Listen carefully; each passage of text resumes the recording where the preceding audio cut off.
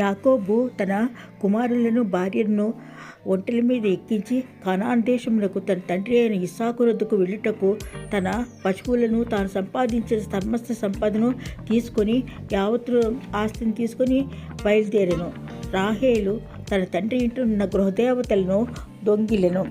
నీ తండ్రి ఇంటి మీద బహు వాంఛగలవాడై వెళ్ళగోరిని ఎలా వెళ్ళుము, నా దేవతని ఎలా దొంగిలించితవనగా యాకోబు, నీవు బలవంతముగా నా యొద్ద నుండి నీ కుమార్తెలను తీసుకొందువేమో అనుకుని భయపడుతుంది.